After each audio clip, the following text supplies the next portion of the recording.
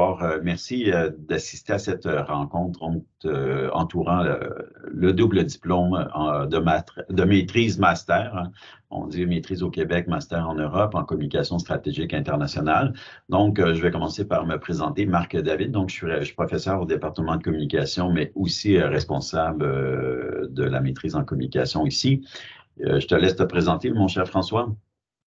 Oui, bonjour, François Lambotte. Donc, je suis professeur en communication à l'Université catholique de Louvain. Je suis actuellement président de l'école de communication et co-responsable avec Marc de cette maîtrise master. Oui, merci. Puis Christelle, alors, si tu veux te présenter aussi. Oui, Et bonjour Simon. oui, bonjour à toutes et à tous. Je travaille au secrétariat de l'école de communication et je suis en charge de l'accompagnement et du suivi des étudiants qui ont une mobilité à l'international et donc en ce compris les étudiants du double diplôme. Donc voilà, on aura peut-être l'occasion de se rencontrer prochainement. Merci. Et en ligne, il y a Simon Morin. Je ne sais pas si tu veux te présenter, Simon, ou on pourra répondre aux questions. Je peux être assez bref. Je suis la contrepartie de Christelle côté québécois. Donc, gestion de dossiers étudiants, demande d'admission, accompagnement des étudiants du côté UDS. Donc, voilà. Bien, merci beaucoup, Simon. Alors, bonjour à tous et à toutes. On est très, très heureux donc de vous parler de ce diplôme, mais qui est vraiment unique au monde. Donc, il n'y a pas d'équivalent. On va prendre la prochaine demi-heure pour vous le présenter, François et moi. Ensuite, nous allons avoir des interventions d'étudiantes qui vont se joindre à nous, donc qui sont en deuxième année en Belgique actuellement. Alors, sans plus tarder, commençons un petit peu par qu'est-ce que c'est la communication stratégique? François, tu m'interromps, je te passe la parole. On est assez habitués de présenter ensemble, donc on va enchaîner, ajouter au besoin les présentations. Ça te va? Super. Bon, C'est super. mon micro, allez. Alors, qu'est-ce que c'est la communication stratégique?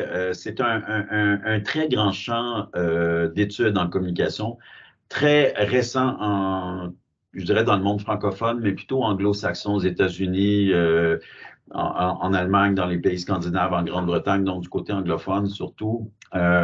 Qu'est-ce que c'est exactement? C'est toute forme de communication ou de la communication qui permet à des organisations, quelles qu'elles soient, que ce soit petites ou grandes, que ce soit municipales, paramunicipales ou internationales, donc, et même des grandes entreprises, bien sûr, toute forme de communication donc qui permet à ces organisations d'accéder à leur mission d'entreprise, donc d'accéder à à réaliser leur plein potentiel stratégique. Et évidemment, c'est absolument très large, mais on va vous donner quelques exemples tout de suite. Alors, c'était pas la bonne diapo, mais j'y reviendrai dans quelques instants. Pourquoi faire des études supérieures en communication stratégique? Parce qu'on s'est rendu compte que qu'est-ce que c'est, et là, je fais le Marc, lien. tu partages. Là, on voit pas le diaporama. Je sais pas si. Ah Enfin, on non? voit le diaporama, mais la version. Ah. Toi, peut-être tu partages le bon écran, peut-être, je sais pas. Parce qu'on voit la version avec toutes les dias à gauche, quoi. On voit pas le diaporama. Écoutez, c'est effectivement, je partage pas. Bien, merci de me le. Oui, je préférais te le Désolé. dire maintenant. Oui. Bon, attends, excusez-moi, on commence déjà à être rouillé. Puis là, c'est évidemment là, vous allez vous voir, mais ça sera pas très long. Désolé, on va recommencer. On va prendre le temps de bien faire les choses. Donc, la communication stratégique, c'est pas tant récent dans la vie professionnelle. Par contre, comme sujet d'étude dans les universités francophones, comme je le mentionnais, c'est vraiment très récent. On le fait à l'Université de Sherbrooke, à l'Université catholique de Louvain, mais c'est le seul bidiplôme de maîtrise master en communication stratégique internationale. Donc, dans les pays francophones. Alors, qu'est-ce que c'est? Et là, je recommence un peu où j'étais, désolé. C'est vraiment, cette maîtrise va aider dans un monde qui est de plus en plus complexe, avec des expertises, avec des pandémies, qui sont nécessaires donc à gérer donc cette nouvelle complexité. Ce que l'on cherche le plus dans ce cadre de cette maîtrise-là, c'est développer le sens analytique, mais aussi une forme de créativité stratégique. Comment penser à des grands problèmes de communication de façon différente. Et qu'est-ce qu'on développe tout au long de cette maîtrise? C'est une approche qui est professionnelle et rigoureuse. Puis le mot professionnel ici n'est pas anodin, c'est-à-dire qu'il y a deux grands fils rouges qu'on va vous présenter dans quelques instants. Il y a un mémoire à faire tout au long du mémoire qui est un projet personnel, mais il y a aussi des contenus avec une saveur professionnelle. Il y a un stage aussi que les étudiants doivent réaliser durant leur parcours. Alors, il y a des concepts fondamentaux en communication stratégique, mais il y a aussi une approche personnelle et professionnelle.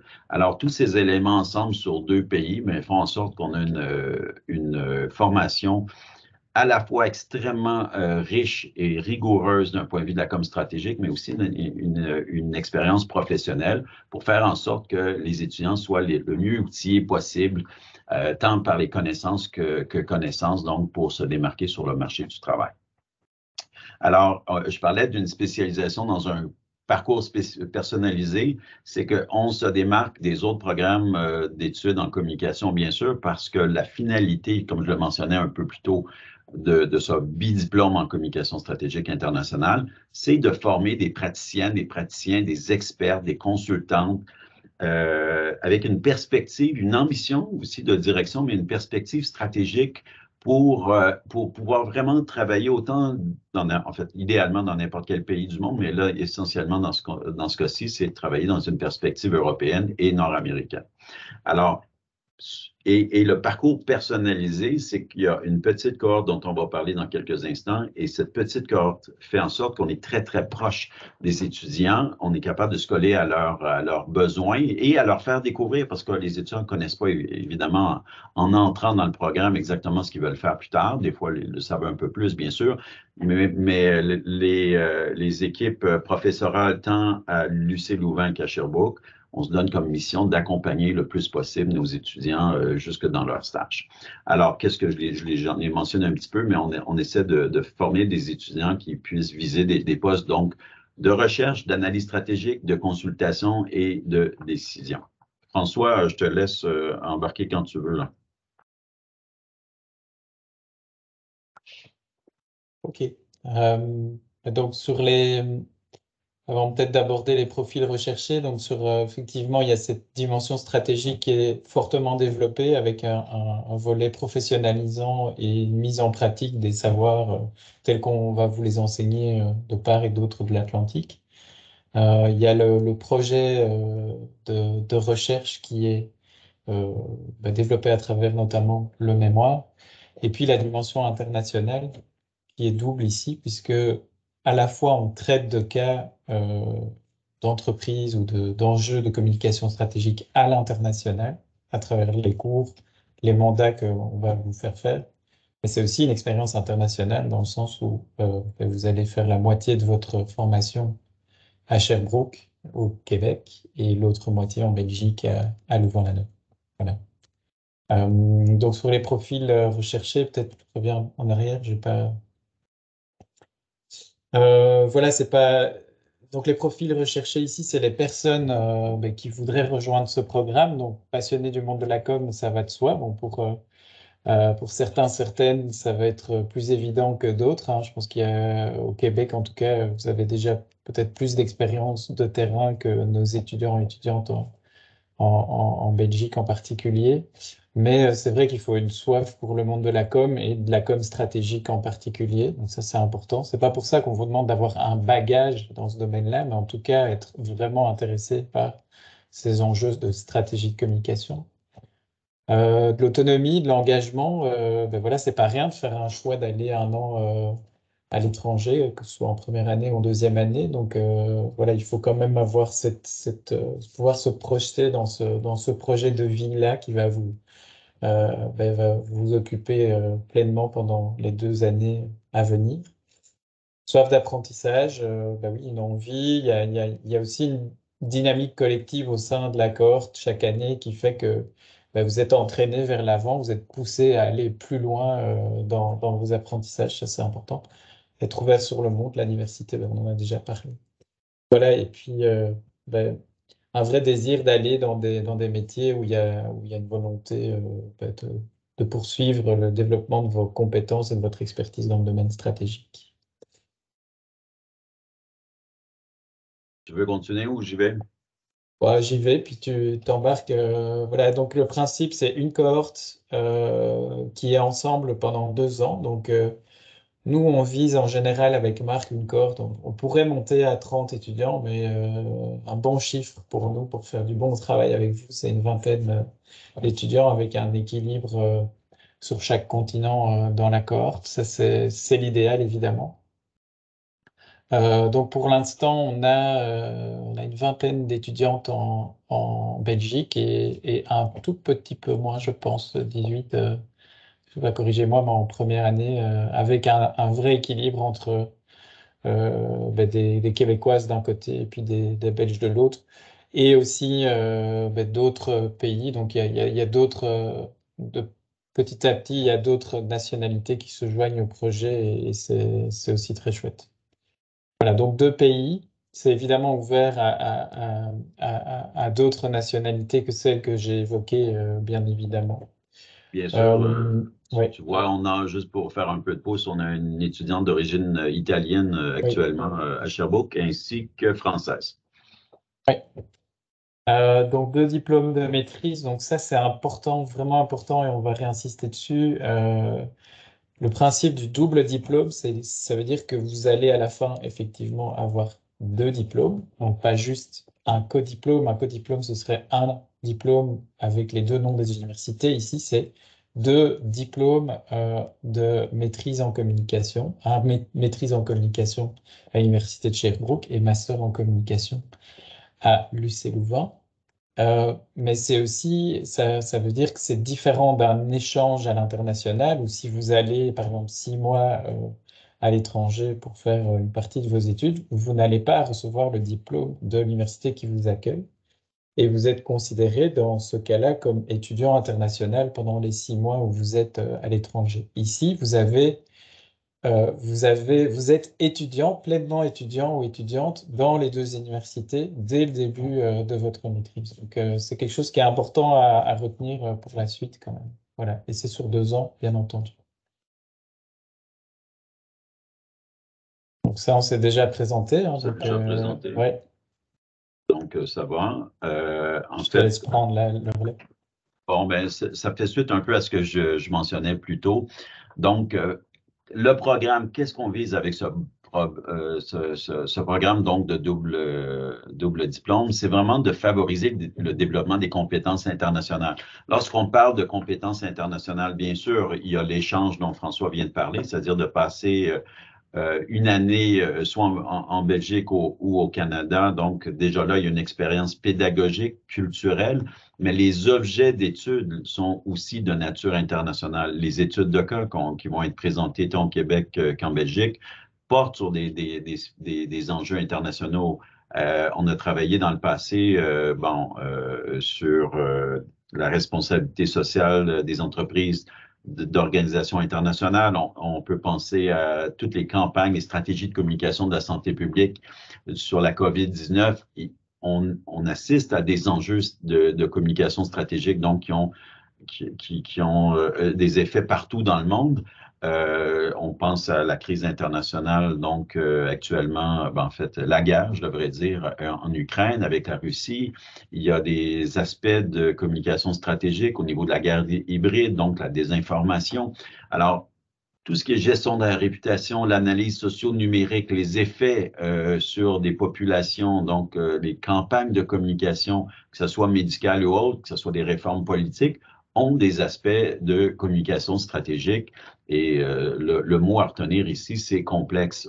Le monde se complexifie, le monde des communications aussi, que ce soit la fragmentation, la montée en puissance des médias sociaux numériques, les algorithmes qui peuvent influencer des populations, des citoyennes, des citoyens. Donc, ce sont des objets d'études qui sont au cœur même de ce programme.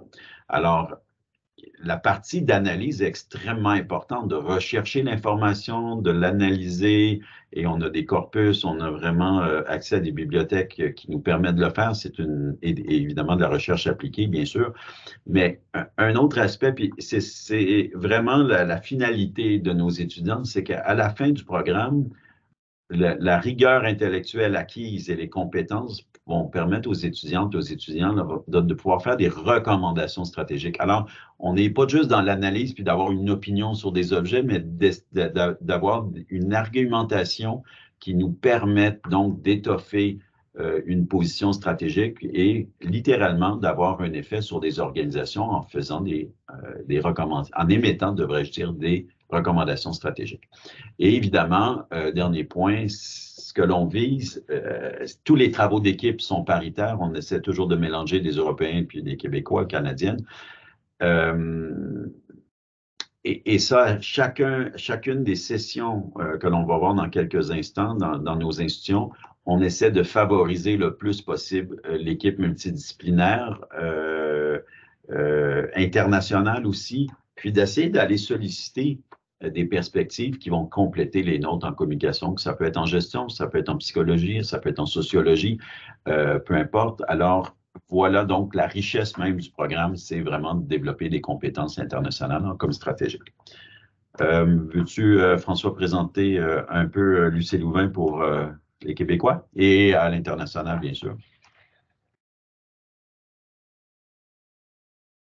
Oui, donc l'UC Louvain, c'est son petit nom, a été fondé en 1425. Si vous faites le calcul, vous serez potentiellement en Belgique pour le 600e anniversaire de l'université. Donc c'est une des plus anciennes universités d'Europe. Au sein de cette université, qui est une université complète, vous retrouvez l'école de communication. Alors, l'école de communication, elle est moins âgée que l'université dont elle fait partie, hein. Elle a été créée dans les années 60 du siècle passé. Et elle rassemble une bonne quinzaine d'académiques à temps plein et une trentaine de chercheurs, doctorants, postdoctorants qui travaillent qui développent de la recherche d'excellence dans le domaine des sciences de l'information et de la communication, dans quatre grands domaines qui sont la communication organisationnelle, qui nous concerne ici en particulier, la communication et les études culturelles, le journalisme et l'éducation aux médias. Voilà, donc ça c'est, je dirais, la recherche. Donc c'est une des particularités de l'école de communication, c'est d'être, en tout cas en Belgique, voire en France, un des plus grands groupes de recherche en sciences de l'information et de la communication. On a une offre de programme complète avec un bachelier comme à Sherbrooke. On a aussi 3 masters et plusieurs masters à l'international, celui-ci étant un des 3 masters de type double diplôme qu'on organise à l'international. Voilà, tu peux continuer. Avec un de mes coups de cœur bruxellois. Oui, donc la plus belle place au monde, il paraît. Mais donc ça, c'est la grande place de Bruxelles. Donc en fait, Louvain-la-Neuve, qui se situe au sud de Bruxelles, est à peine à 20 km de Bruxelles, donc la capitale de l'Europe. Louvain-la-Neuve, c'est une ville universitaire, donc elle a été construite non pas il y a 600 ans, mais il y a une bonne quarantaine d'années, suite à la scission entre Louvain-la-Vieille, comme on l'appelle, les universités flamandes et l'université francophone. Et donc, en fait, c'est d'abord un projet universitaire qui a été à la base de la construction de cette ville, ce qui la rend très particulière, puisque à la fois c'est la plus récente des villes de Belgique, mais c'est aussi un projet urbain très original, puisque c'est une ville piétonne. Donc, toutes les voitures sont à l'extérieur de la ville. Et voilà, donc c'est un campus très vivant avec à peu près 25 000 étudiants qui sont au quotidien au sein, enfin c'est peut-être un peu moins 20 000 parce qu'il y en a pas mal à Bruxelles aussi. Voilà, donc c'est très dynamique. Là, ça revit en plus en post-Covid, c'est rempli de monde tout le temps. Et puis voilà, c'est une ville aussi très festive pour le coup. Voilà. Et donc c'est au cœur de la Belgique. L'avantage aussi, c'est que c'est au cœur de l'Europe. On vient d'en parler. Il y a les institutions européennes qui sont à Bruxelles. Et donc ici, vous voyez des photos des différentes cohortes qui ont pu visiter le Parlement européen. Il faut savoir, pour ceux qui s'intéressent à la communication politique et au lobbying, par exemple, que Bruxelles est une place de lobbying tout aussi importante que Washington dans le monde. Voilà. Je ne sais pas s'il y a d'autres. Ouais. Ah non, il y a pour chez vous, ouais. On passe Voilà. on Donc, traverse l'Atlantique. juste sur le fait que Bruxelles, enfin, la Belgique est vraiment au centre de l'Europe. Et pour les Québécois et Québécoises qui sont présents dans la séance d'information, il y a aussi une facilité de déplacement, notamment en train ou en bus, qui permet très vite d'aller, que ce soit à Paris, à Amsterdam ou ailleurs. Donc voilà, c'est aussi un des avantages de l'Europe, c'est cette densité, ce quadrillage qui permet facilement de se déplacer d'un pays à l'autre et d'une ville à l'autre. Donc, on traverse l'océan pour arriver à l'Université de Sherbrooke. Donc, l'Université de Sherbrooke a grosso modo près de 540 ans de moins que l'UC Louvain. C'est une université qui a été créée en 1962, 52 dis-je. Alors, plutôt récente. C'est pas la dernière université québécoise, mais je dirais qu'elle est au cœur des cantons de l'Est. Donc, cette université, on a deux campus. On en a un à Longueuil, tout près de Montréal, et le campus principal où se fait la maîtrise en communication stratégique, c'est sur le campus principal, donc à Sherbrooke, qui est la plus grande ville des cantons de l'Est, qui est une région pour les amis étrangers et européens, qui est à peu près à 140 km de Montréal et il y a une autoroute directe entre les deux. Il n'y a pas de train, il y a des autobus, des voitures. Malheureusement, on n'a pas la densité de population que vous avez en Europe, donc l'Université de Sherbrooke, en quelques mots, c'est une ville étudiante. Il y a deux universités c'est une petite ville. On est 125 000 à peu près citoyens, mais cette ville comporte plusieurs établissements, donc préuniversitaires, donc les collèges, les cégeps au Québec, et deux universités, celle de Sherbrooke, mais aussi Bishop, université anglophone. Alors, ce que ça fait, c'est que, évidemment, c'est en train de reprendre après la COVID, mais c'est une ville très vibrante, avec beaucoup d'étudiants. C'est la ville ayant le plus fort taux d'étudiants per capita, donc au Canada. Une des particularités, c'est que c'est une ville, en fait, on est une université très, très verte. Alors, qu'est-ce que ça comporte? On est en tête de à peu près tous les classements de certification de développement durable pour l'éco-responsabilité. On travaille très, très fort comme université en fait, on est devenu la première université dans le monde à être carboneutre. Alors, complètement carboneutre. Et puis, donc, on travaille très, très fort sur ces aspects-là. Et une des mesures très appréciées des étudiants, donc, le transport est gratuit. Alors, pour tous les étudiants de l'Université de Sherbrooke, avec la carte étudiant, on vous donne une carte d'autobus pour pouvoir circuler gratuitement à travers la ville. Un autre aspect à ne pas négliger, c'est lorsque vous arrivez de l'étranger, puis même du Québec, dépendamment, c'est une ville très, très abordable.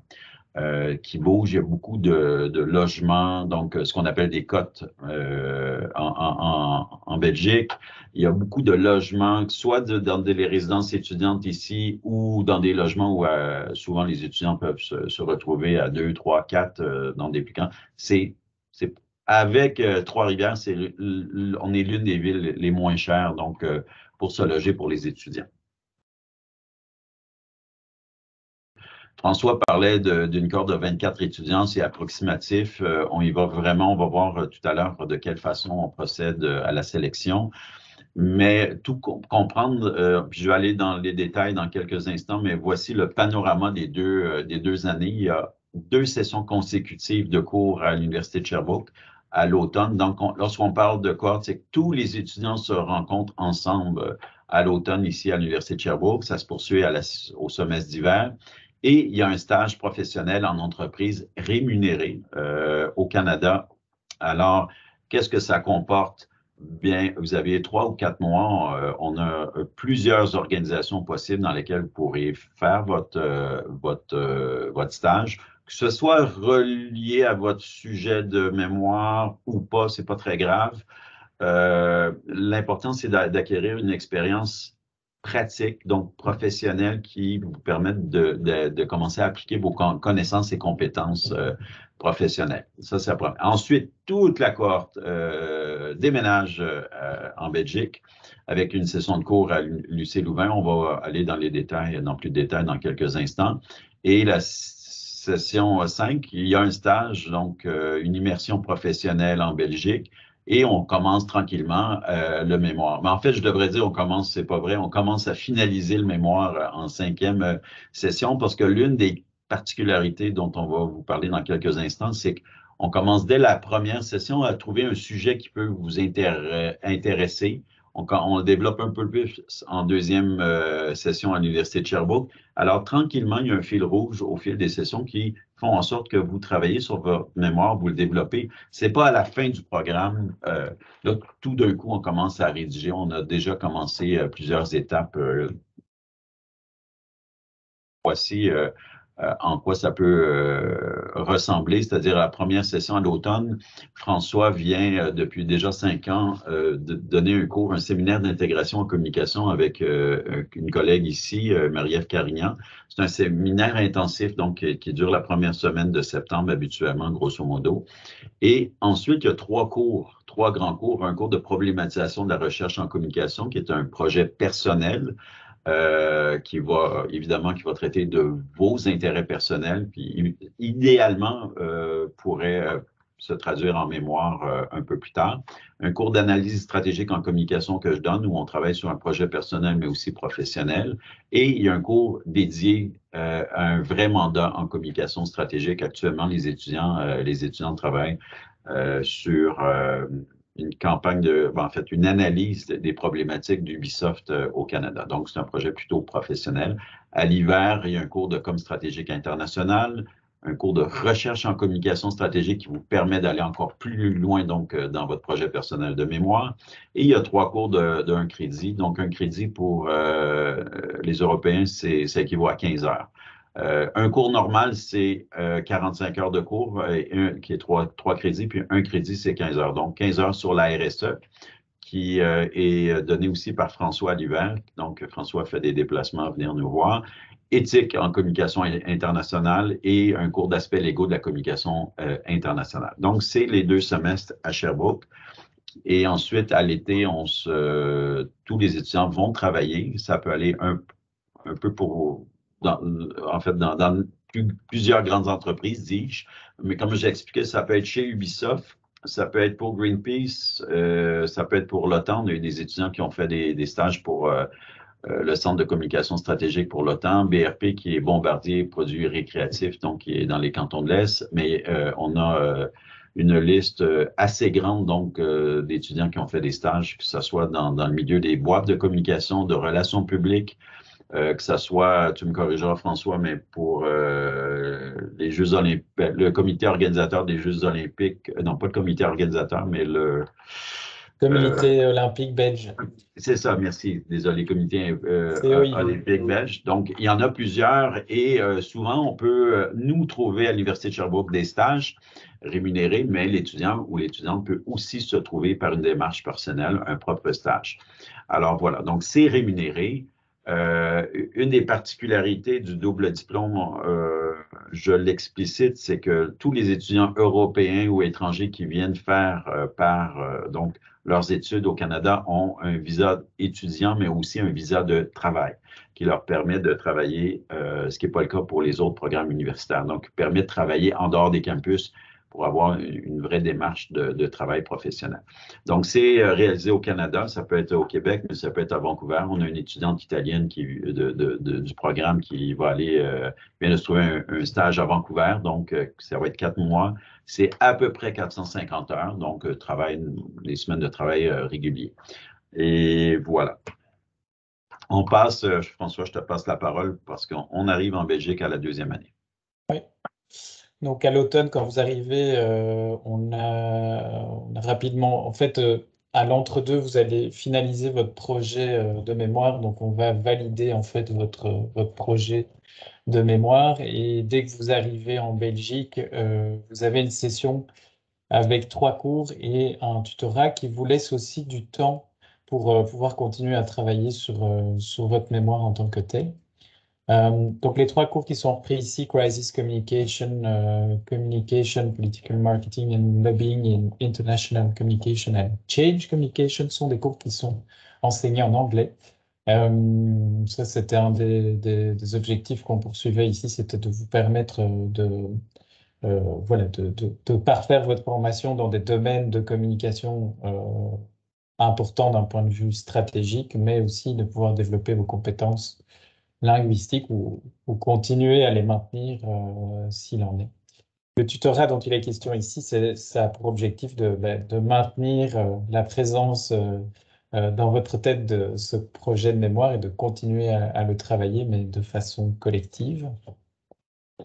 Donc voilà, alors à l'hiver, la session, on parle d'une immersion professionnelle en Belgique, mais c'est pas une simple immersion d'observation, puisque c'est finalement la dernière mission, le dernier mandat que vous allez réaliser dans le cadre de vos études.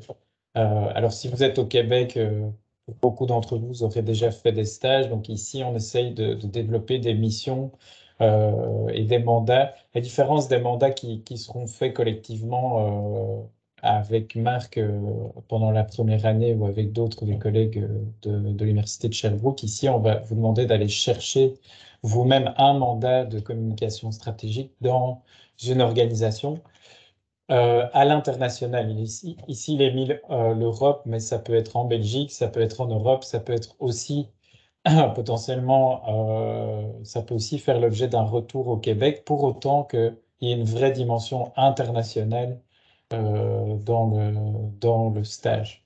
Donc, si vous êtes québécoise et que vous faites votre mission en Belgique, ben, de par le fait que c'est en Belgique, ça a une dimension internationale pour vous, parce que c'est vous confronter à d'autres cultures de travail. Alors, les exemples de missions qui sont actuellement trouvés par les étudiants, voilà, il y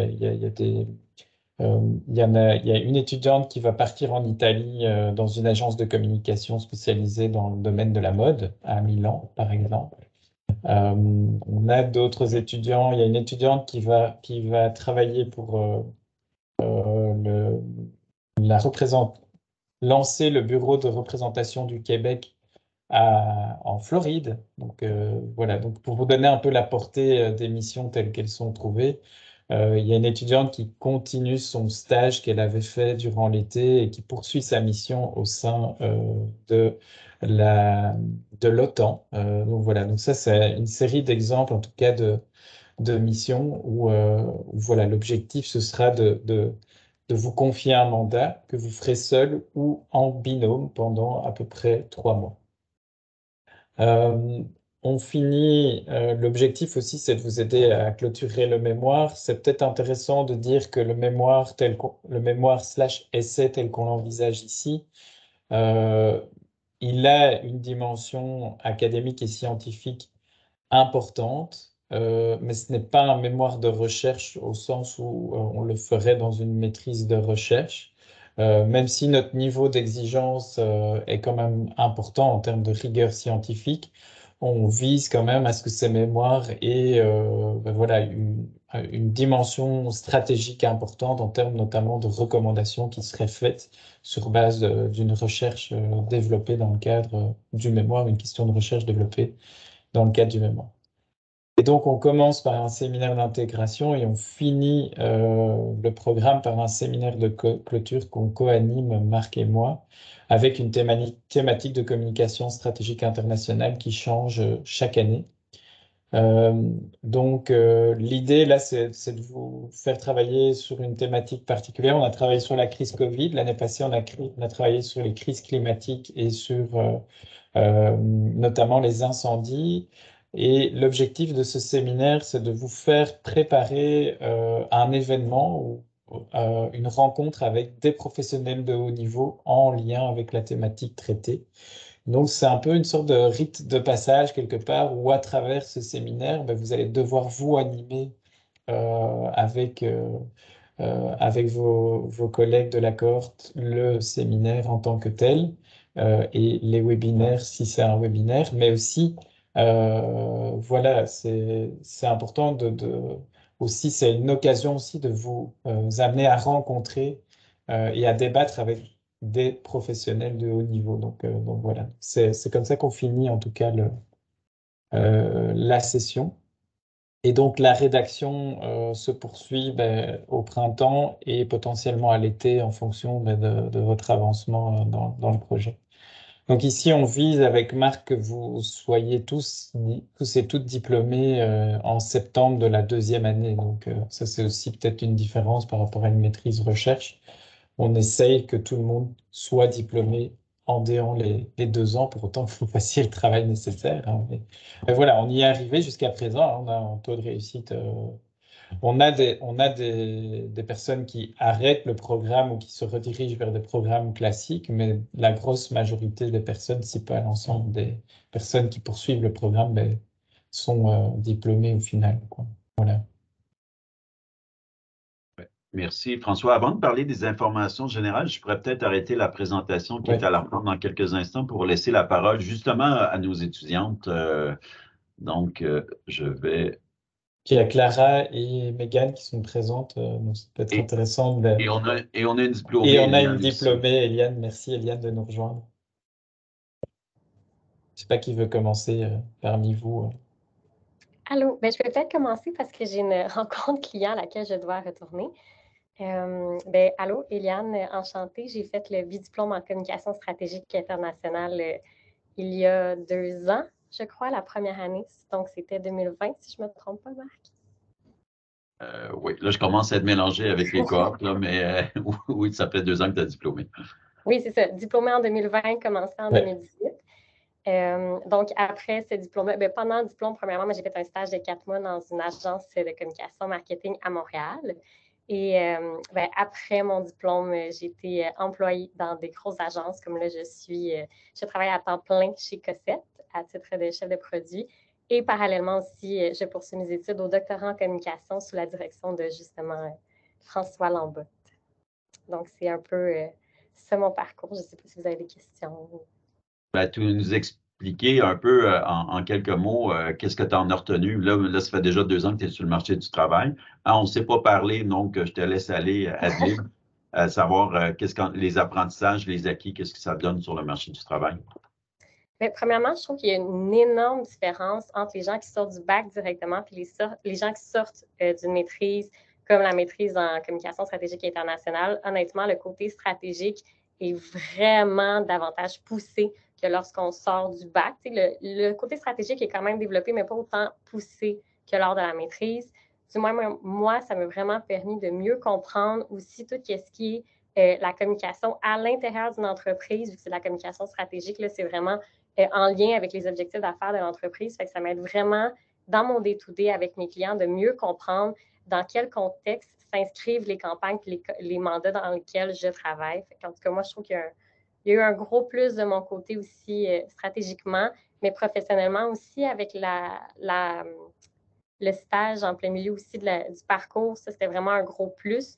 Moi, j'ai eu la chance d'être embauchée directement après ma maîtrise à la même endroit que j'ai fait mon stage. Fait que ça a vraiment aidé. On finit la maîtrise, on rentre sur le marché du travail, déjà dans un environnement qu'on connaît, puis qu'on peut commencer day one à travailler sur des mandats, puis on connaît l'environnement. Fait que, en tout cas, beaucoup de positifs de mon côté, surtout aussi avec le parcours en Belgique, on ne se le cachera pas, mais c'est vraiment une belle expérience d'aller avoir la chance d'étudier là-bas, de voir aussi le système belge, un peu comment ça fonctionne au niveau de l'université, puis de voyager un petit peu les week-ends. On ne se le cachera pas, ça a beaucoup d'avantages. Je me souviens que tu avais bien voyagé en Europe, Oui. effectivement.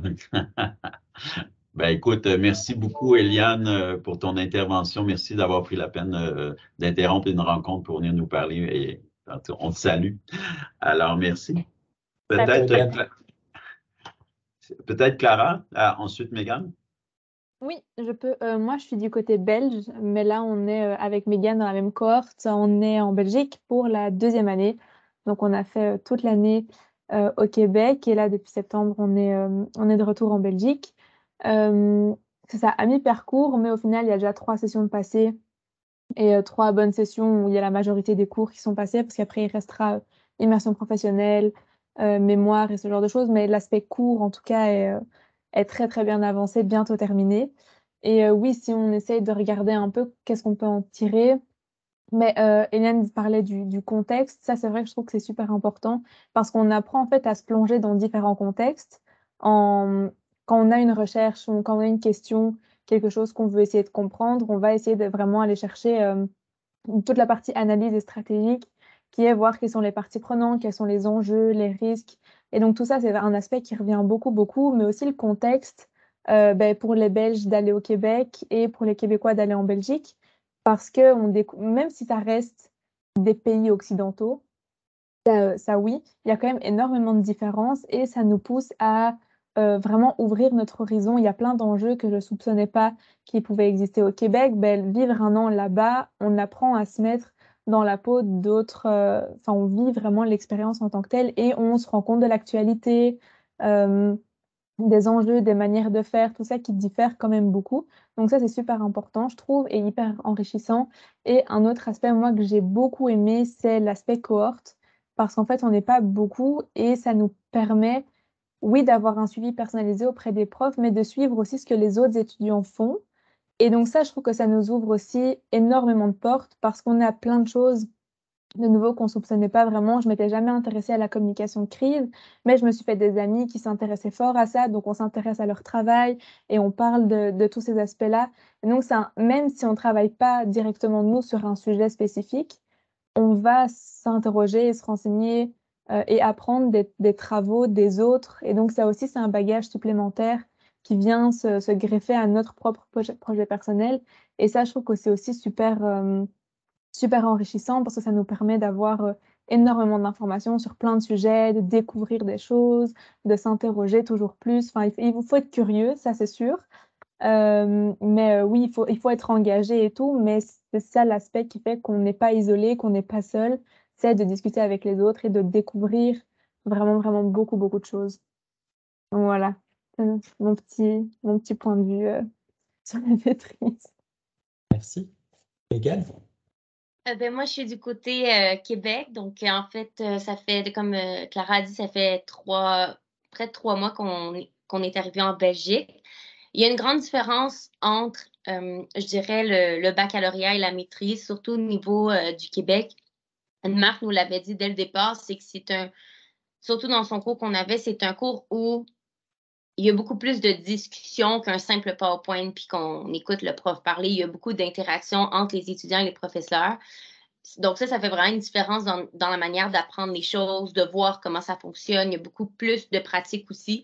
Donc ça fait quand même une grande différence. Ça permet d'avoir un point de vue qui est opposé à ce qu'on faisait au bac. Donc ça, c'est quand même vraiment beaucoup intéressant. Comme Clara disait aussi, l'effet de cohorte. On est un petit groupe. Au Québec, on était tout le temps ensemble. Il y avait des fois certaines personnes par exemple, en communication stratégique, ceux qui font le essai ou la recherche en com qui se joignaient avec nous. Donc, ça, c'était le fun. On est vraiment petit, tandis qu'en Belgique, on est jumelé avec vraiment beaucoup d'autres personnes, soit de la Belgique ou côté international aussi, il y en a énormément. Donc, ça fait vraiment découvrir 2 côtés. Sauf que tutorat, c'est vraiment juste avec notre cohorte, donc c'est vraiment spécifique à nous. Et puis, je dirais aussi ce qui est quand même, de notre part, moi et Clara, on fait partie, on s'est créé un groupe avec des filles qui sont restées au Québec.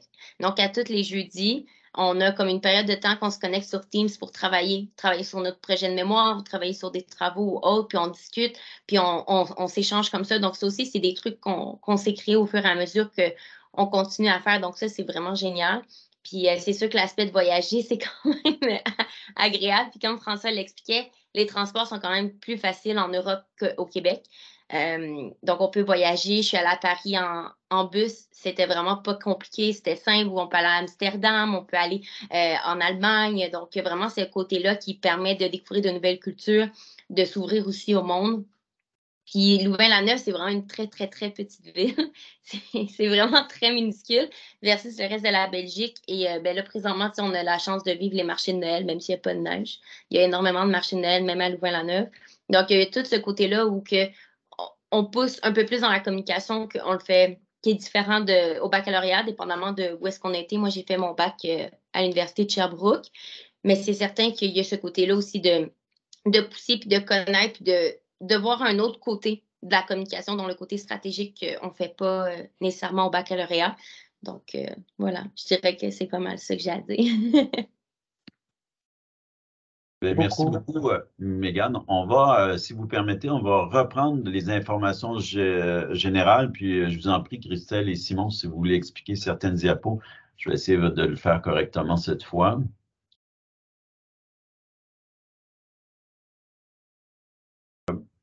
Peut-être, Christelle, c'était pas prévu, mais est-ce que ça te dirait de parler de cette diapo? Oui, avec plaisir, Marc. François l'avait déjà annoncé au début dans son introduction. Donc, le double diplôme ici suppose la production en fin de parcours de 2 diplômes.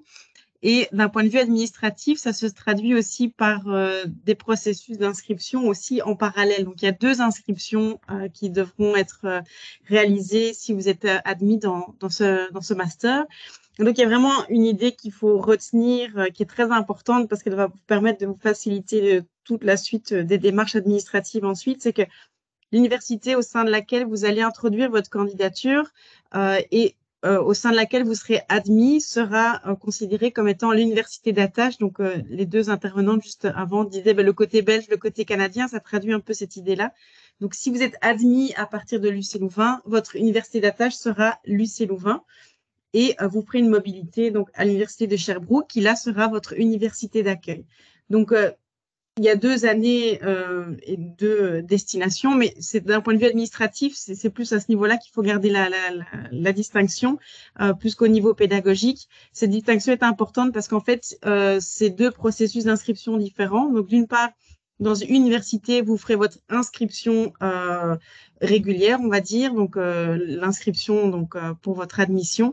Et dans l'autre université, il faudra également procéder à une inscription qu'on va dire administrative, où vous ne paierez pas de droits d'inscription, sauf des droits administratifs. Mais donc, il faut vraiment bien garder en tête cette idée qu'il y a 2 processus d'inscription parallèles à chaque année du diplôme. Donc, c'est vraiment, voilà, c'était mettre en avant ce point-là qui est fort important. Et donc, on vous aidera, on vous rappellera si nécessaire. Mais voilà, il y a 2 diplômes égale 2 processus d'inscription en parallèle. C'était cette idée-là qui était importante. Et du coup, comme je le disais, on y reviendra peut-être un peu plus tard, mais il y a cette réalité d'être à la fois étudiante à l'UC Louvain et à l'Université de Sherbrooke, ça vous donne aussi des droits qui ne sont pas les mêmes que si vous étiez simplement étudiante en échange d'un côté ou de l'autre. C'est-à-dire que vous avez accès à une série d'avantages comme des bourses auxquelles, par exemple, vous n'auriez pas accès si vous étiez simplement dans un échange. Donc voilà, donc c'est important d'avoir cette réalité en tête. Évidemment, si vous êtes admise, on vous rappellera tout ça. Mais voilà, je ne sais pas si tu peux passer au slide suivant, Marc. Oui, si j'ai réussi. Oui. Commence par la Belgique, puis je finirai par le Québec. Donc ici, on est assez tôt, enfin c'est tôt, c'est une façon de parler, le temps passe vite, mais on est fin novembre et les dates limites pour l'admission, c'est le 15 février.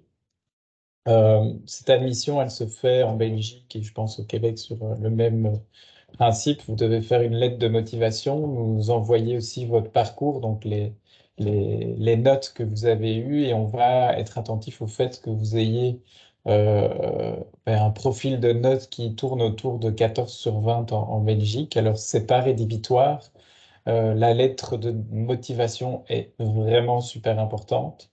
Votre CV également. Et donc, on fait une analyse des dossiers complète. Et puis après, il y a une entrevue que l'on réalisera dans la foulée. Donc, après le 15 février, on analyse les dossiers et puis on reçoit les étudiantes et les étudiants en entretien. Donc là, en l'occurrence, ce sera Christelle et moi pour les candidatures qui arriveront en Belgique.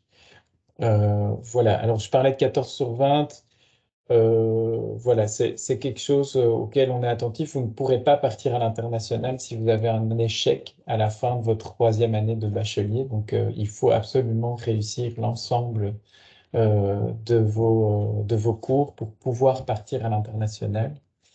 Et la note de 14 sur 20, c'est une trajectoire qu'on vise. Donc, en fait, c'est une façon aussi de vous fixer des objectifs en termes d'exigence et de niveau, parce que, comme Megan et Clara l'ont dit, ça commence vite et fort dès votre arrivée au Québec, et donc le niveau d'exigence, il sera présent dans les cours.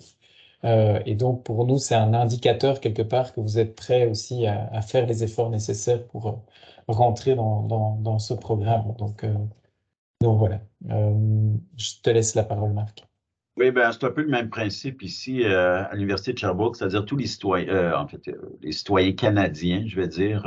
Donc, peu importe l'université, vous passez par une admission à l'Université de Sherbrooke. La moyenne minimale est 3 sur 4,3. Évidemment, on l'a dit, c'est contingenté, mais on ne regarde pas que la note. On met vraiment beaucoup, beaucoup d'emphase sur votre lettre de motivation qui nous permet de mieux vous connaître et aussi les entrevues. Les entretiens, qu'est-ce qu'on recherche à travers tout ça? Mais c'est vraiment de savoir si vous êtes au bon endroit, à savoir, est-ce que vous avez cette volonté, cette détermination, cette passion? Et ce qu'on essaie de voir, c'est est-ce que dans le cadre d'une cohorte internationale, vous êtes au bon endroit pour faire 2 années dans le plus grand bonheur possible. Alors, on s'est bien rendu compte des fois, je veux aller à l'international sur papier, mais dans les faits, c'est moins ça qui me tente. Ben, c'est un moment de soi de se réorienter. Donc, c'est pas tellement une entrevue éliminatoire qu'un entretien pour mieux connaître les motivations et aussi, ça permet aux étudiants de vous informer par rapport au programme, donc d'avoir des informations. C'est vraiment un échange. Alors, c'est la diapo qui suit. On demande une lettre de motivation, 2 lettres de recommandation si vous venez d'une autre université québécoise. Ceux de l'Université de Sherbrooke, c'est automatique. Donc, voilà, je passe rapidement. François, le temps avance. Donc, chez vous, 15 février. Ben, chez nous aussi, le 15 février, mais je te laisse continuer. Non, mais j'ai déjà couvert la plupart des Ah, ouais. éléments qui sont repris ici. Donc voilà, donc c'est Christelle qui va recevoir les candidatures et puis on fera une Donc, analyse. Voilà. Parfait. Donc, ensuite, bien évidemment, il y a les demandes. Pourquoi Oui. on est un petit peu. Peut-être expliquer pourquoi c'est un peu plus tôt habituellement. Nous, c'est le 1er mars. C'est pour et surtout les Européens, lorsque vous allez venir au Québec, vous avez besoin de faire des demandes de visa, d'avoir donc des visas d'études, mais aussi de travail. Ça prend quand même du temps au niveau de l'immigration. Donc, on est mieux de partir le plus rapidement possible. Alors, voilà. Je ne sais pas si Oui, vous voulez ça c'est rajouter quelque chose sur lequel, donc dès que vous êtes admis ou admise, Christelle vous enverra toute une série d'informations pratiques pour entamer vos démarches d'admission au Québec. Et alors Simon prend le relais sur la partie québécoise. Donc, je ne sais pas si tu veux dire un mot sur des éléments qui seraient importants à donner à ce stade-ci sur la phase d'admission en début de maîtrise au Québec. Je ne sais pas s'il y a une diapo, mais ben, Non. ça recoupe un peu les éléments dont Christelle a déjà parlé. C'est une admission administrative, effectivement, allégée par rapport à celle d'un étudiant, je dirais, régulier, mais qui est essentielle donc, pour que tous les étudiants et étudiantes soient en bonne position pour bien amorcer leur parcours dans les deux universités. Donc, mais vous inquiétez pas avec les démarches administratives. Là. On est là pour rendre la chose fluide, même agréable parfois. Ouais, Surtout, mais donc, surtout agréable. voilà, on n'est pas à l'abri de problèmes, hein, mais nous, on a à cœur, les 4 personnes ici qui sont présentes, ont à cœur d'améliorer d'année en année les procédures et de rendre votre vie la plus facile possible d'un point de vue administratif, en tout cas. Voilà, sur les aspects financiers, ben, on a parlé du fait que quand vous allez au Québec, vous avez vous avez un visa de travail qui permet une rémunération du stage. C'est important de savoir que si vous êtes étudiant admis depuis l'UC Louvain, vous aurez ben voilà, un droit d'inscription pour les étudiants européens de 835 € avec différents tarifs. On ne va pas rentrer dans les détails, sauf que les droits d'inscription pour les étudiants hors Union européenne sont de 4 000 € et pas de 835 €.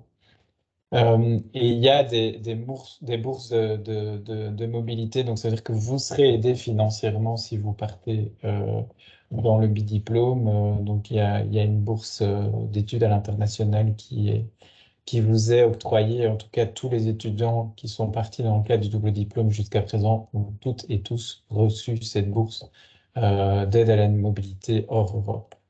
Voilà, je ne sais pas s'il y a quelque chose à rajouter. Oui, peut-être que lorsque vous venez aussi en Belgique, vous avez à votre disposition, si vous êtes québécois, quand vous arrivez en 2e année chez nous et que vous souhaitez faire votre stage en Europe, vous pourrez bénéficier aussi d'une bourse d'aide pour réaliser votre stage, le dernier stage dont on a parlé tout à l'heure, à l'international. Donc, on va peut-être pas rentrer dans les détails sur tout ça. Juste une précision, Ouais. François, sur le taux inclusion. Donc, si parmi l'Assemblée, il y a des étudiants qui sont Oui. déjà boursiers de la Fédération Wallonie-Bruxelles, donc qui ont une bourse d'études, une bourse qui les aide à financer actuellement déjà leurs études. Les bourses pour la mobilité sont aussi augmentées pour ces étudiants-là. Donc, c'est le taux inclusion. Si vous allez voir les pages qu'on vous a communiquées, le taux inclusion, c'est ça, c'est un taux qui vous permet d'avoir une aide supplémentaire compte tenu de votre situation financière. Donc, voilà, parce que ça ne devrait pas être bloquant si vous souhaitez participer à ce programme. Les fonds Erasmus ont vraiment en tête cette idée d'inclusion. Donc, voilà, gardez ça à l'esprit. Il y a des sources de financement et aussi une attention particulière pour les publics étudiants qui ont peut-être moins de ressources financières. Oui, donc ça c'est important pour nous de le signaler, hein, cette idée que c'est pas parce que vous partez à Sherbrooke pendant un an que ça doit avoir un impact lourd sur vos ressources financières. Déjà, on sait que le niveau de vie à l'université de Sherbrooke et à Sherbrooke et environ est assez similaire en fait au nôtre en Belgique, donc il n'y a pas de surcoût financier à ce niveau-là. Et d'autre part, mais comme Christelle vient de le dire, il y a toute une série de dispositifs financiers qui permettent vraiment de diminuer au maximum le surcoût financier lié à une mobilité à l'international. Donc, il ne faut pas vous dire que ce projet est impossible parce que vous auriez une situation financière qui est peut-être pas facile. Voilà. Moi-même, comme étudiant à l'époque, voilà, j'ai juste ma maman qui avait ses moyens financiers. J'ai pu partir à l'international parce qu'il y avait des aides et des bourses qui étaient à disposition et ça ne m'a jamais empêché de réaliser ces projets d'études à l'international. Donc c'est important de le savoir que vous avez ces aides-là. Je ne sais pas si du côté québécois c'est le cas ou s'il y a des aides similaires qui existent. Voilà. Oui, exactement, c'est nouveau, puis je vais en parler, merci François. Donc, pour tous les citoyens québécois, là, je mets le Canada, mais québécois, on a un nouveau programme de bourse d'admission. Tous les étudiants qui ont 3 et étudiantes qui ont 3,5 et plus ont automatiquement une bourse d'admission de 1 500, ce qui est la moitié des frais de scolarité de l'année ou à peu près. On offre beaucoup de bourses d'excellence aux études supérieures à la faculté en 2 000 et 5 000, bourses institutionnelles de 2 000. Je veux juste vous dire qu'il y a des bourses encore qui n'ont même pas été qui n'ont pas pu être accordées parce qu'il y a beaucoup d'étudiants qui s'en sont prévalus. Alors, il y a eu plus de bourses que d'étudiants, tiens, je vais dire ça comme ça. Et, ouais, c'est ça. Alors, ensuite, il y a des bourses MITAC qui sont possibles. Les stages sont rémunérés. Un stage, normalement, tourne autour de 8 000 $ canadiens, ce qui est très bien là, pour 4 mois de travail, mais les bourses MITAC, c'est 15 000. Il y a certaines étudiantes du double diplôme qui s'en sont prévalues. Ça, c'est aussi pour les Belges, les Européennes que pour les Québécois. Donc, c'est une bourse extrêmement importante. Ça vous donne 15 000. Et il n'y a pas d'impôt, il n'y a rien. Là, c'est une bourse. Un montant. Ça peut être 10 000, remarquez, là, ça peut, dépendamment des types d'organisations. Évidemment, ça doit être fait au Canada. Ensuite, il y a des bourses de mobilité. Ça, c'est pour les Québécois. Lorsque c'est un programme international qui est qualifié, lorsque vous allez en Belgique en deuxième année, vous avez 5 000 $ par semestre. Donc, 5 000 fois 2, ça fait 10 000. Ça, c'est vraiment pour vous loger, vous nourrir, ce qui couvre à peu près tous les frais. Tu me corrigeras, Megan, tout à l'heure. Et il y a une nouvelle bourse que je viens d'apprendre pour payer le billet d'avion. Donc, c'est à peu près 1 200 qu'on peut rajouter d'une autre organisation. Là. Voilà. Donc, on pourra répondre à vos questions là, dans quelques instants. Il y a aussi pour les étudiants belges et québécois, quand je dis belge, mais européens là, ou étrangers, lorsque vous avez un permis de travail, on peut vous engager comme auxiliaire d'enseignement, auxiliaire de recherche, mais aussi on a une agence école en communication. Et là, on a 6 étudiantes et étudiants du bidiplôme qui travaillent sur des petits mandats professionnels. On parle de quelques heures, c'est rémunéré. Donc, ça donne un petit coup de pouce en plus d'avoir une expérience professionnelle en dehors des cours. Alors, je passe rapidement, mais on pourra y revenir. Alors, et toute question, vous pouvez à l'écrit ou à l'oral, bien sûr. Vous pouvez ouvrir vos caméras, puis on va y répondre. Alors, on vous écoute. N'hésitez pas à lever votre main, là, enfin, vous avez la possibilité. Vous connaissez ça maintenant, pour ça peut vous donner directement la parole. Peut-être, Simon, dans le fil, donner l'adresse d'information de l'Université de Sherbrooke. Il est dans la présentation, mais je suis passé rapidement, là, Info supérieure. Christelle, je ne sais pas si vous avez une adresse courriel propre. Oui, tout à fait. Je pensais l'avoir mis dans le PowerPoint, mais je vais la remettre dans la conversation. Enfin, c'est mon adresse, en fait, christelle.christophe@uclouvain.be, qui est mentionnée dans la présentation s'il faut des informations concernant toute la procédure administrative, la procédure de sélection, les logements. Voilà, je pourrais y répondre à cette adresse-là. Oui, puis les logements. Je vais la remettre ici. Est-ce qu'il y a quelqu'un qui a levé la main? Je ne sais pas, je n'ai pas compris. Il n'y a pas de questions, mais n'hésitez pas. On est là pour ça. On est là aussi, Megan et moi, on a plus le côté étudiant, donc n'importe quel aspect aussi du bidiplôme, et pas forcément juste aspect cours, mais tout ce qui va autour, ça rentre aussi dans les questions que vous pouvez avoir. Et il n'y a pas de question débile, même si c'est par rapport à l'hiver québécois, comment est-ce qu'en tant que Belge on vit, ça peut. Il y a vraiment toutes les questions qui sont légitimes. Tu as réussi à passer à travers l'hiver québécois, Clara? Ah, moi j'ai adoré l'hiver québécois. Moi, je trouvais ça plus agréable que l'hiver belge. Ah, je Vraiment. vous l'avais dit en plus. Hein? Ouais, vraiment. Et j'ai pas eu froid du tout. Donc, faut juste avoir une bonne veste, des bonnes chaussures, mais sinon, on n'a pas froid même avec moins 30. Ouais, ça pique un peu, mais ça va. Alors, voilà, on vous invite, c'est le temps pour vous, hein, si vous êtes en ligne. OK, Christelle qui vient d'écrire. Bon, Stéphanie, est-ce que l'accès au logement étudiant, ça a disparu? On a eu effectivement des aventures avec les étudiants qui sont arrivés cette année du Québec. Donc, il y a eu enfin, c'est généralisé, ce n'est pas que la cohorte, mais il y a une vraie pression immobilière en Belgique sur les logements étudiants. Et donc, de fait, il y a eu des soucis avec ça. Alors, ce qu'on fait, et on apprend aussi de ce qui s'est passé avec la cohorte qui est arrivée, c'est que, d'une part, on va avancer tout le processus d'admission. Donc, notre objectif, c'est vraiment que pour la cohorte qui va arriver, puis les prochaines qui suivront, que fin juin, on puisse finaliser les admissions, les inscriptions à l'université pour les étudiants qui viennent de Sherbrooke puis qui reviennent en Belgique après. Donc ça, ce sera notre objectif dès l'année prochaine. Et alors, pour les logements, on va faire une information le plus tôt possible. Donc, c'est-à-dire que dès mars, en fait, vous pourrez vous inscrire et faire l'inscription à la deuxième année dès mars de votre première année de master, ce qui permettra en fait de déjà rentrer dans les listes d'attente pour les logements. Donc voilà, donc je ne vais pas vous dire que c'est facile, mais on met tout en œuvre en tout cas pour faciliter les choses, donc les rendre en tout cas les plus aisés possibles. Alors, ce qu'on sait aussi, et puis Megan pourra réagir aussi, c'est que il y a certains types de logements où Exact. il y a beaucoup plus de facilité qu'ailleurs. Donc, je te laisse la parole, Megan. Ben, en fait, c'est qu'on a eu des petites surprises, nous, en tant que Québécoises, donc je préfère vous dire tout de suite. En fait, moi, j'ai fait une demande d'un logement à Ussy-Louvain. Donc, moi, j'habite présentement avec 7 autres personnes qui viennent complètement d'ailleurs dans le monde. Donc, ça, c'est vraiment chouette parce que ça permet de découvrir des nouvelles personnes aussi, puis d'avoir des gens autres que la cohorte, par exemple, à l'extérieur de la Belgique. Puis justement, on se fait des activités. Ce soir, on se fait justement un souper de toutes les gens dans l'appartement ensemble. Donc, c'est vraiment chouette.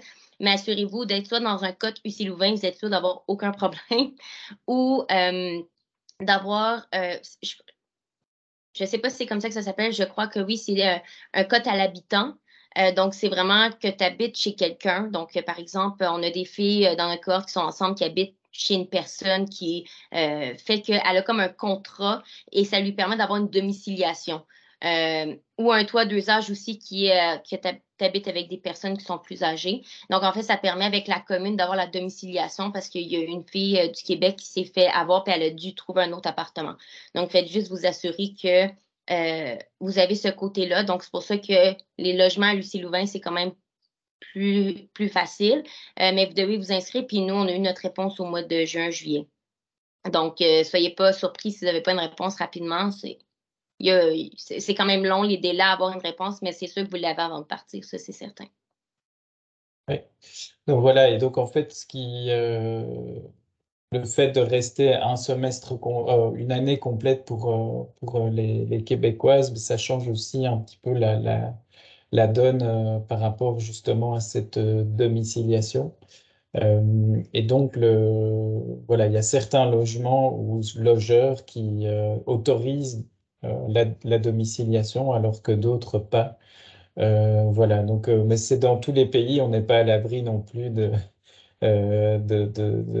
logeurs ou de propriétaires qui profitent un peu trop du système, hein. Donc voilà, mais donc on est maintenant très attentif à cette situation. Et en tout cas, enfin, voilà, on est très réactif aussi, c'est-à-dire que dès que les problèmes nous ont été communiqués, on est sur la balle et on est là pour vous aider le plus rapidement possible également. Donc voilà, les 4 personnes que vous avez devant vous, en tout cas, sont là pour réagir. Enfin bon, j'espère que c'est ressenti comme ça par la cohorte.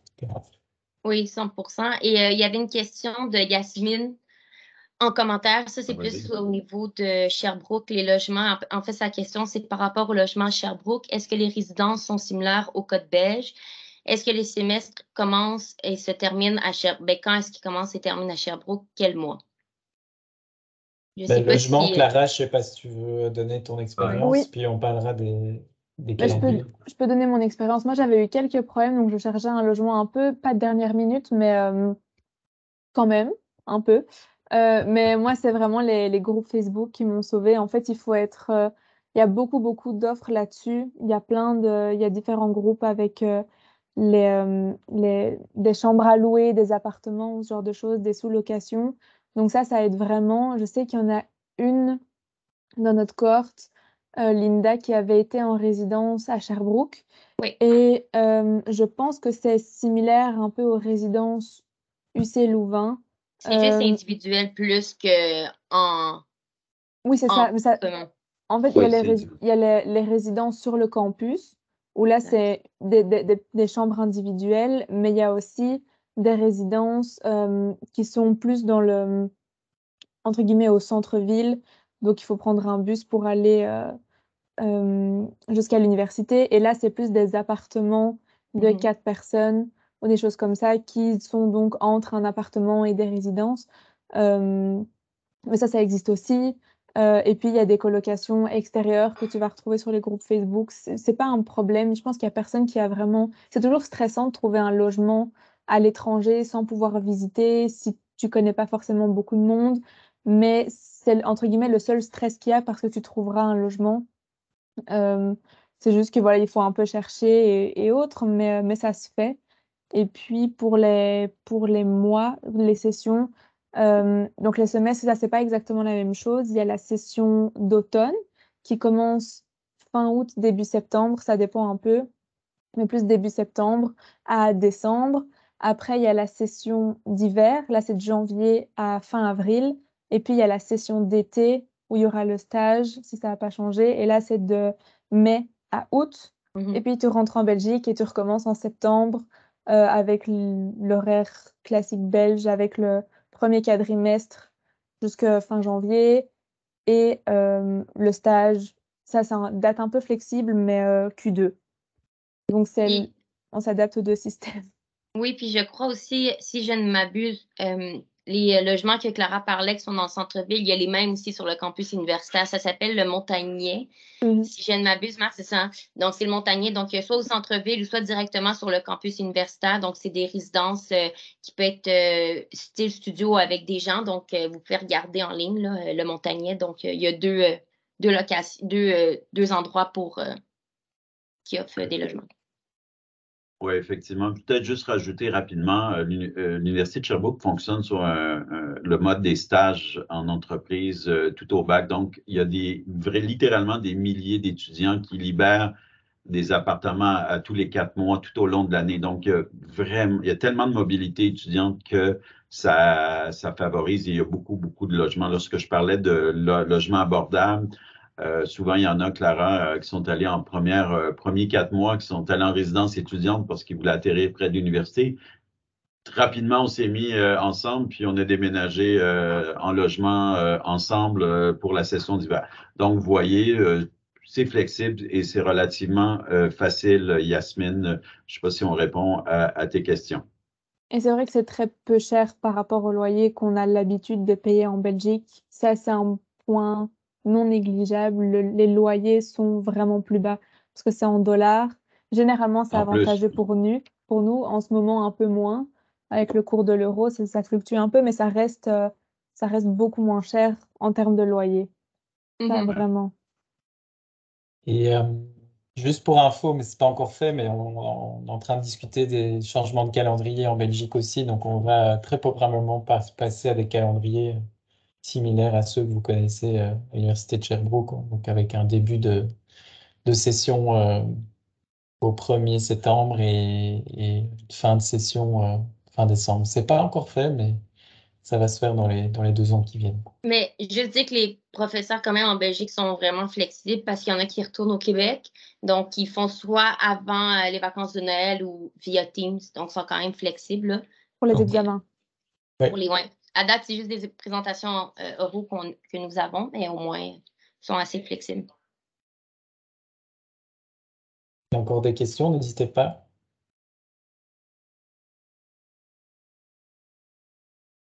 Tant mieux, Yasmine, si c'est clair. En fait, Clara et Megan ont bien expliqué la situation. Donc, c'est vraiment facile et on ne se le cache pas. Lorsqu'on est dans des grandes villes, habituellement, c'est plus cher que dans des plus petites villes. En tout cas, l'Université Sherbrooke étant plus petite que Québec et Montréal, moins de pression sur les logements. Donc, c'est vraiment très, très agréable, je vous dirais, là, pour les étudiants étrangers. Et québécois, soit dit en passant aussi, là, qui arrivent de partout. Mais c'est vrai qu'il y a l'aspect loyer à Sherbrooke et puis il y a les 4 mois de stage. Ça, il y en a quelques-uns qui sont restés à Sherbrooke, mais il y en a beaucoup qui sont allés à Montréal. Là, c'est sûr que c'est plus cher qu'à Sherbrooke, mais on a 8 mois à Sherbrooke et 4 mois éventuellement ailleurs, dont Montréal est une grande possibilité, entre guillemets, parce qu'il y a beaucoup de choses là-bas. Donc, Oui, effectivement. Il y a beaucoup d'organisations en communication qui sont à c'est Montréal ça. ou dans le monde. Mais ça, c'est appartient aux étudiants de choisir leur lieu de stage. C'est ça. Ouais. Il y a de tout un peu partout. Et si on rate un examen pendant l'année à Sherbrooke, qu'est-ce qui se passe? Ben, c'est très, très facile. Yasmine, il n'y a aucun examen à la maîtrise. Ici, à Sherbrooke, il n'y a pas d'examen, ce sont des travaux. Il faut comprendre que oui, on demande des bons dossiers au bac, mais pas que, aussi une attitude, mais on n'est pas tellement, on accompagne personnellement les étudiants tout au long de la session le plus possible. Alors, il n'y a pas d'échec, il n'y a pas eu d'échec donc dans le passé, puis on n'en veut pas non plus, mais on accompagne les étudiants, mais il n'y a pas d'examen. C'est pas du tout le même système qu'en Europe où il y a des oraux, des reprises ou voilà. Je ne sais pas si ça répond à ta question. Merci, peut-être par Lauriane. rapport à ça, hein, peut-être par rapport à ça, c'est vrai que le système est fort différent dans le sens où il n'y a pas une session de cours et puis la session de blocus, enfin, la période de blocus et puis les sessions d'examen. C'est un travail, oui, exigeant, mais constant. Donc, si tu fais ce travail-là un peu tout le temps et que tu restes régulière, c'est presque impossible de rater parce qu'on est accompagné, on est suivi. Si on a des questions, des doutes, on en discute, on est challengé, donc on pousse notre travail le plus loin possible, mais c'est presque impossible de ne pas faire ça parce qu'il y a un accompagnement constant et donc c'est ça, c'est travailler tout le temps à un niveau, oui, enfin, essayer d'être régulier, mais c'est pas pour ça que enfin, il y a beaucoup d'Européens aussi, enfin de Belges qui ont profité du Québec pour un peu voyager, faire des choses comme ça. Ça, c'est aussi possible, c'est juste qu'il faut l'organisation, elle vient un peu avec le temps. Les premières semaines, on cherche un peu comment s'organiser parce qu'on n'est pas familier avec ce genre de système, mais ça se fait vraiment et il y a pas de c'est pas une période où tu vas juste en cours et tu suis, ce que le professeur dit, puis, tu étudies et puis tu passes tes examens. C'est vraiment un échange constant de, travailler, discuter des textes qu'on lit et ainsi de suite. Mais donc c'est vraiment un autre système, mais on s'adapte vraiment bien. Donc voilà, si ça peut donner une petite piste de à quoi ça ressemble.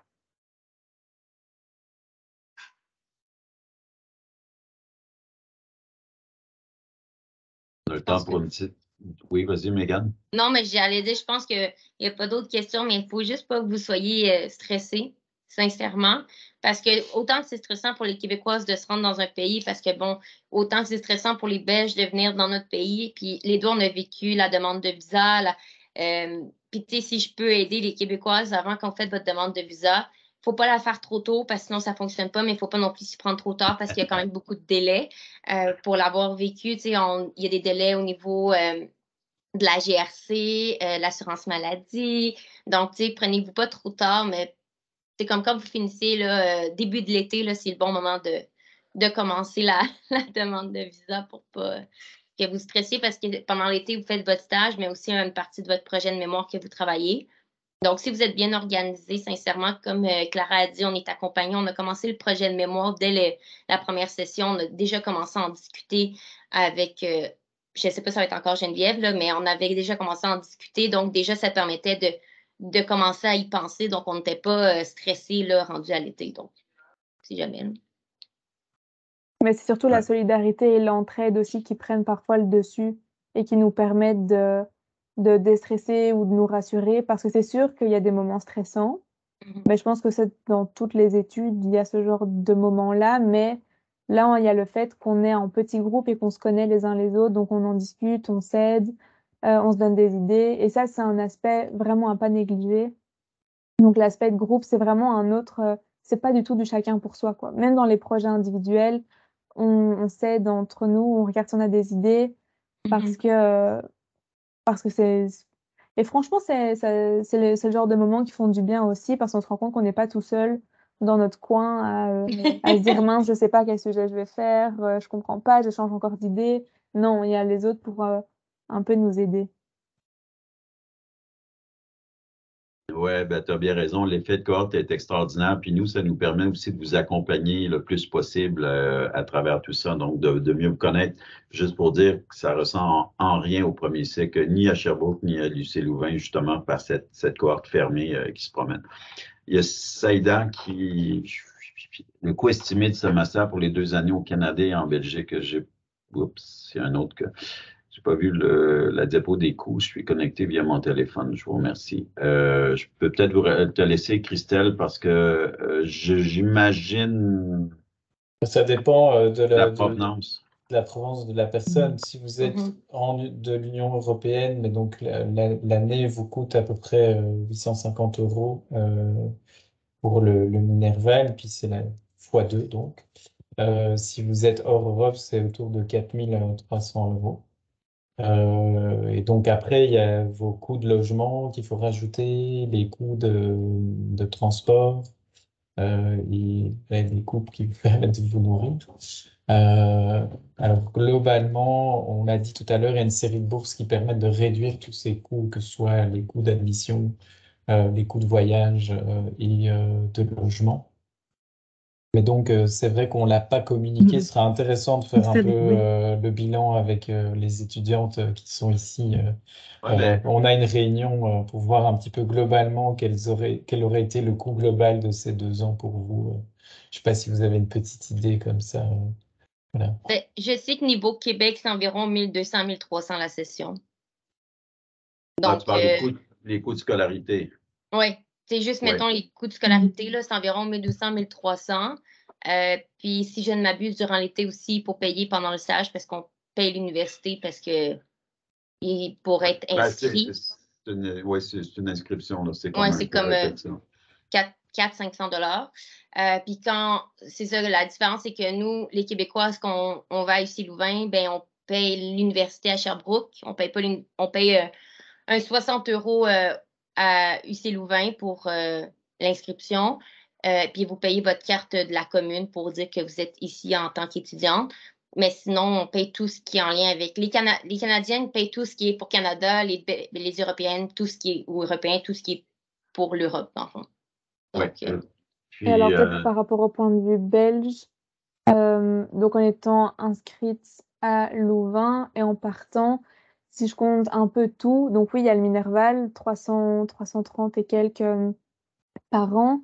Le loyer à Sherbrooke, moi, je payais, je pense, 360 $, qui revient à peu près à 270 €, dépendamment du... Par mois, c'est ça? Ouais. Oui, par mois, oui. Quand même pas pour ça. Ça aurait été bien. Par mois, je payais à peu près ça à Sherbrooke, mais on a la bourse de mobilité. Ça, dans mémoire, parce que j'avais regardé récemment, en plus, c'était, je pense, 4200 qu'on reçoit en bourse de mobilité. Oui. Clara, les droits d'inscription à l'UC Louvain, pour vous, étaient de 300 €, c'est ça? Non, ça, je pense qu'on payait le Minerval. C'est ce que vous avez dit. Non, ça, c'est le loyer à Sherbrooke. Les 850 € de Minerval pour l'UC Louvain, enfin de droits d'inscription. Oui, c'est ça. C'est ça, c'est par an. Oui. Okay. Et donc, à peu près 850 € de Minerval par an pour l'inscription à l'UC Louvain. En loyer à Sherbrooke, je payais autour de 360 $, donc à peu près 270-280 €. Et puis en nourriture, je dirais que le coût de la vie par rapport à Sherbrooke, c'est à peu près le même, dépendamment de dans quel magasin tu vas, ça dépend de la qualité de produit que tu achètes. Parce que ça, il y a évidemment des différences, mais je dirais qu'en termes de nourriture pure, c'est à peu près équivalent. Mais à prendre en compte que tu te nourris 3 fois par jour, 7 jours sur 7, parce que tu ne peux pas rentrer chez tes parents le week-end. Un peu difficile. Et puis, s'il faut déjà donner une idée, à Montréal, c'est un peu plus cher. La nourriture aussi, mais en loyer, là, je pense que je payais 750 $ par mois, ce qui revient à un bon loyer de Bruxelles, à peu près. Hein. Donc, c'est vraiment toujours dans les... À peu près, c'est vraiment pour donner des idées, parce que je sais que parfois, les chiffres, ça, c'est important. Et puis, compter évidemment le billet d'avion, qui est une somme aussi à prendre 700 € en considération. plus ou moins l'aller-retour. Mais justement, nous, pour le Québec, ben, c'est sûr que le coût de la vie est un peu plus cher à Montréal, comme disait Marc tantôt aussi, parce que c'est une grande métropole. C'est sûr que par contre, tout ce qui est épicerie, ça reste le même prix d'une région à l'autre, grosso modo. Mais il ne faut pas oublier, je ne sais pas si vous, Clara, comment c'était, mais il y a le visa aussi qu'il faut payer. Oui, non, c'était pas énorme. C'était peut-être 150 € max. Nous, au Québec, c'est vraiment plus cher. parce que vous devez payer tous les documents, donc il faut le prendre en considération. C'est au moins 300 $ à mettre minimum de vos poches. Par contre, vous pouvez faire la demande d'une bourse Logique. Quand vous êtes admissible à Logique, ils payent une grosse partie de votre visa. Et aussi, ils vous remboursent une partie de votre billet d'avion. Donc, ils donnent, cette année, je pense que c'était comme 495. Si tu as payé moins cher, ils te donnent quand même 495. Si tu as payé plus cher, ils te donnent quand même 495. Mais ça fait quand même une différence supplémentaire. Puis, il y a la bourse que Marc avait parlé de 5 000 $ par session. Oui, donc ça aussi, c'est 10 000 $ quand même là, pour être là-bas. Donc, c'est pratique. Et pour rajouter du côté belge aussi, comme le stage est rémunéré, c'est aussi quelque chose qui rentre en compte. C'est sûr que c'est pas, on n'a pas cet argent-là dès septembre, donc il faut avoir un peu de il faut savoir dépenser cet argent-là courant de l'année, mais après on est rémunéré pendant 4 mois et ça non plus c'est pas négligeable. Ça fait une bonne différence aussi. Oui. On fera un tableau peut-être avec des chiffres dans les grandes lignes. Donc les adresses qu'on a mis, les URL qu'on a mis, on pourra alimenter avec des indications de prix global. Juste en synthèse pour qu'on comprenne bien, toutes les étudiantes québécoises ou québécois paient tous leurs frais de scolarité à Sherbrooke et ont droit justement aux bourses dont j'ai parlé un peu plus tôt, canadiennes. Et tous ceux qui passent par l'UC Louvain paient les frais de scolarité du UC Louvain tout au long du parcours. Puis, juste point d'information, pour un étudiant, normalement un étudiant français ou belge qui viendrait étudier, je ne parle pas des internationaux, pour un semestre, on parle de 5 000 $ habituellement. Donc, pour les 3 trimestres au Québec, ça serait 15 000 $, mais vous payez les frais de scolarité ou le Minerva de l'UC Louvain. Alors, ce qui est non négligeable là, dans l'échelle normale. Et les internationaux, c'est encore plus cher, mais là, j'en parlerai pas, on pourra répondre aux questions. Mais là, c'est par l'UC Louvain, ce qui est une excellente entente financière pour les Européens. Oui. Moi, je dois vous laisser. Oui, donc, on termine aussi. Bon souper de côte, Mégane. Merci. Il y a juste Flore, merci beaucoup, Mégane. Flore qui répondait. Veux-tu répondre rapidement, François? Rapidement, donc, sur les sessions, donc, effectivement, la session du Master 2 se termine en juin. Mais en fait, le deuxième semestre, il n'y a plus que la mission dont on a parlé tout à l'heure, donc qui se fait pendant 2 à 3 mois. Et le séminaire de clôture qui se termine en mai. Et puis après, c'est le mémoire. Et comme vous le savez, vous avez 2 sessions possibles pour remettre votre mémoire. Vous pouvez le défendre en juin ou en août. Donc voilà. Donc, soit vous remettez en juin et c'est terminé en juin, soit la seconde session fait que vous défendez votre mémoire tout début septembre de l'année. Voilà. Ça va, mais donc ça, c'est conditionné par le fait qu'on ne change pas de calendrier, puisque c'est ce que j'ai évoqué tout à l'heure. Potentiellement, on va changer de calendrier, mais ce n'est pas encore fait. Donc voilà. Voilà, mais en tout cas, merci à toutes et tous. Je ne sais pas s'il y a encore des questions. Oui, n'hésitez pas. On va essayer de vous envoyer la présentation sous format PDF. J'ai essayé de le mettre dans le fil, ça ne fonctionne pas, mais Christelle, si tu pouvais peut-être juste l'envoyer à la liste parce que c'est toi qui as le contrôle. N'hésitez pas tout au long à nous envoyer vos questions et peut-être on va vous répondre très, très rapidement. Je mettrai demain le PDF de la présentation et on a filmé aussi cette présentation, donc on verra comment la mettre à disposition prochainement aussi. Donc la page que j'ai indiquée plus haut, on la met à jour avec la session d'information et les informations qu'on vient de donner. Voilà, merci beaucoup merci à toutes et tous. À toutes et tous, et merci beaucoup. Merci Christelle et Simon qui a dû s'absenter rapidement. Merci Clara. Bye bye. Merci Clara, bonne soirée. À bientôt. Au revoir.